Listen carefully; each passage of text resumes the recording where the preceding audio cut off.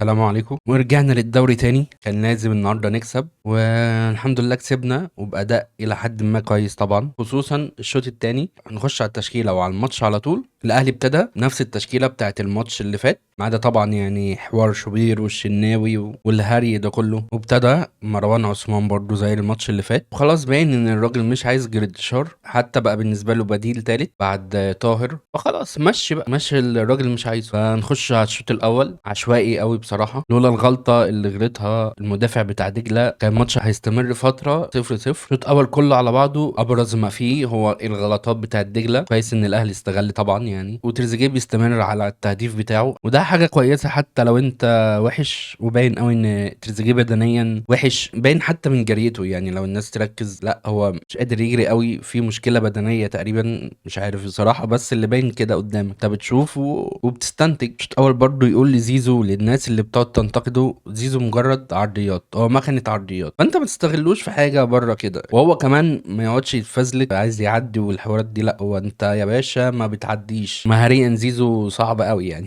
كورته صعبة يعني كمهارة يعني، وكده بتجري اوكي، بتعمل عرضيات اوكي، باصي جنبك تمام. هتزود عن كده هتبان وحش قوي في الملعب. كل الانتقادات بتاعت الفترة اللي فاتت دي لو تركز ان زيزو لما كان بتجيله الكرة كان بيحاول يرقص، فبيبان شكله وحش قوي. وكمان ماتش بتاع افريقيا اللي فات ده باين الحتة دي. يا باشا انت مش بتاعتك الترقيص، ما ترقصي، انت عرضيات، تدي العرضية والثرو يعني 10 على 10. فركز في دي. ناس تقعد تقول زيزو حلو زيزو وحش، يا جماعة لا دي ولا دي. هو عنده امكانيات معينة ظهرت في ماتش وما ظهرتش في التاني، وهكذا برضو. معلش تريزيجيه، ناس كتير قوي معايا تقول تريزيجيه حلو، وبصوا تريزيجيه كويس الفترة دي ومركز وبيسجل، بس بدنيا هو مش قادر يجري، مش قادر حرفيا يعني. تريزيجيه تلاقيه مختفي اصلا يعني. ماتش دجله والماتش بتاع افريقيا ده مختفي، بيظهر امتى؟ ساعة الجون. وطبعا الواحد عايزه يسجل وكده، بس يعني حط الامور في حدودها عشان ما تروحش مع الزياطين. لما اللعيب بيجيب اجوان يزيطوا قوي، لما ما يجيبش اجوان يقول عليه وحش. لا يعني قيم في حدود اللي انت شايفه، عشان تريزيجيه لما يبطل يجيب اهداف يبقى فعلا انت شايفه من بدري هو وحش في ايه. انا ما كنتش اتوقع اصلا ان هو يبقى بدنيا بالشكل ده. تريزيجيه بقى تقيل في الحركه في الجاريه، بس ادينا هنشوف ممكن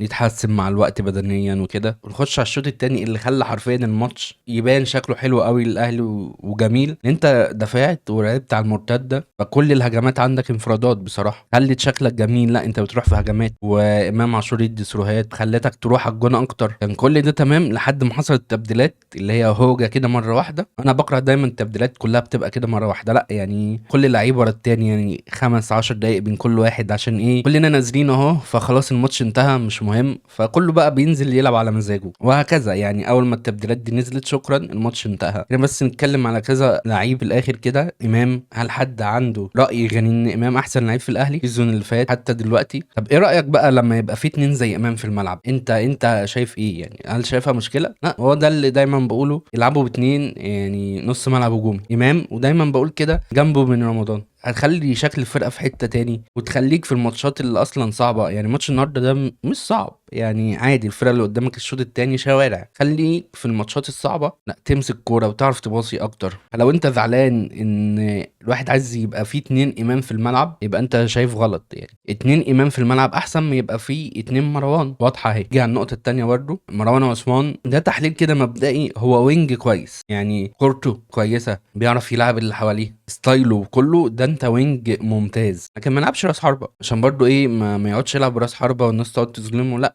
او يضخموا فيه وفي الاخر يعني هيبان اللي هو مش راس حربه. زي كده المعلق مش عارف لمس الكره اللي هي الثرو اللي هو عمله الزيزو بالكعب ده يعني، طلعه السما. لا يا عم مش كده، هو وينج ممتاز وباين عليه، بس راس حربه بعيد عنه خالص يعني. تالت نقطة تقريبا لما بجيب سيرته في كل فيديو وهو يا جماعة الكرة في رجل طاهر صعبة قوي قوي قوي قوي قوي. مش كده يعني، مش عارف اقول ايه طيب.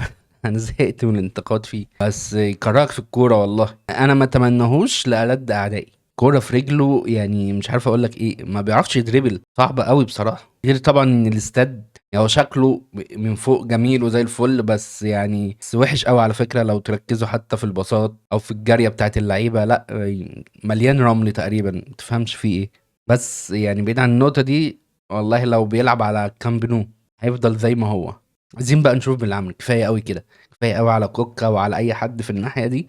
وزي ما انت يا عم تروب جبت مروان عثمان لعبته على طول، ده برضو ايه الدنيا اخبار تتسرب وبتاع؟ لا طب ما هو يا اما مصاب يا اما انت مش عايزه، بس ملهاش حل تاني. الكلام بقى اللي هو بيجهز والحوارات دي، انا ما اعتقدش الكلام ده صح. انت جبت مروان عثمان لعبته على طول من غير تفكير، لعبته على ريديشار اللي عندك لما مروان عثمان ده كان قاعد في البيت ما كانش مع المنتخب، او ده بقى اللي مش جاهز حرفيا، انت جبته لعبته على اللي عندك. ده بقى ايه يعني؟ احنا عبط يعني؟